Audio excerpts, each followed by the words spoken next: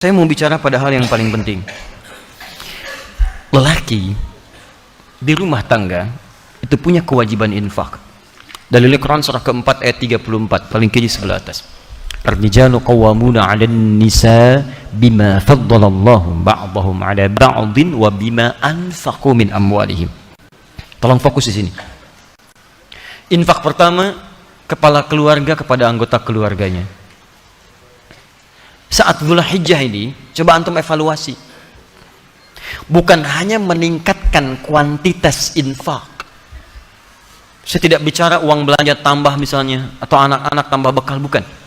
Coba Anda evaluasi, memasuki bulan Dzulhijjah ini, selama Anda berikan nafkah untuk keluarga, berapa di antara nafkah itu yang sudah mendekatkan keluarga kepada Allah Subhanahu wa Ta'ala? Cek. Anak-anak disekolahkan di mana? Antum capek-capek cari kerja, dibiayai, tiba-tiba setelah dewasa dia tidak bisa sholat. Jenazah tidak bisa menyolatkan antum. Antum meninggal tidak bisa mengafani antum. Apa investasi antum? Gak ada gunanya di situ. Hanya dunia saja. Kalau cuma mengangkat status dunia, antum ketinggalan. Yang belum beriman pun mereka sudah mengangkat anaknya demi status dunia. Anda pengen anak juara matematika, anak orang lain sudah dapat Nobel.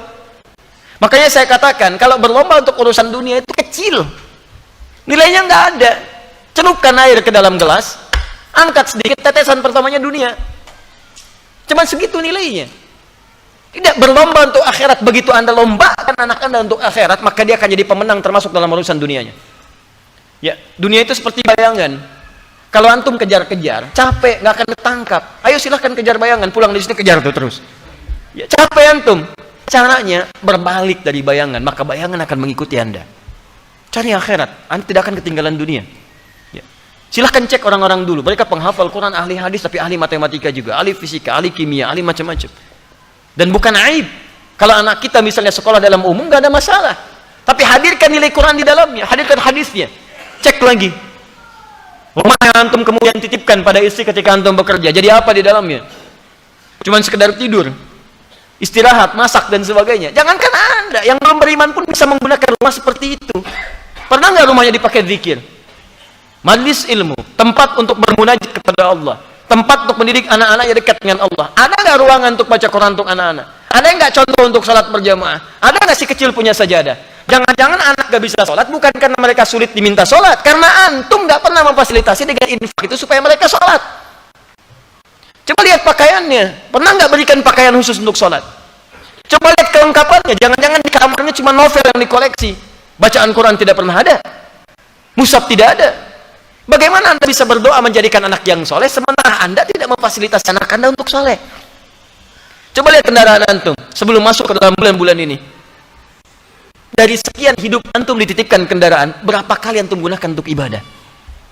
Dan itu akan ditanya. Tus'aluna yawma idzin 'anil na'im. Antum akan ditanya setiap tetes nikmat yang antum dapati.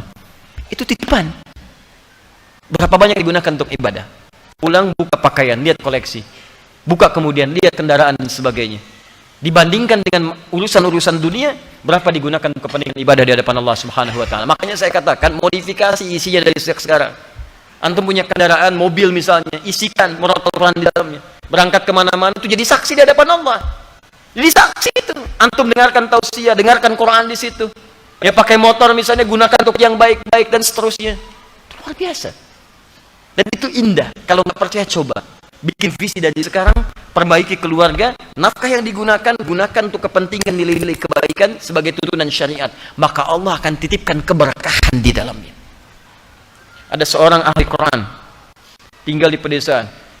Suaminya bekerja sebagai buruh bangunan. Istrinya itu ngambilin kayu. Masya Allah, kadang-kadang tidak malu di kesawah dan sebagainya. Tapi tahukah antum, istrinya hafizah penghafal Quran. Anak-anaknya penghafal Quran. Suami pulang ke rumah cuma 500.000 dibawa, tapi tidak pernah ada keluhan di lisannya. Yang dia katakan, Masya Allah, Alhamdulillah, Abi bawa uang banyak sekali.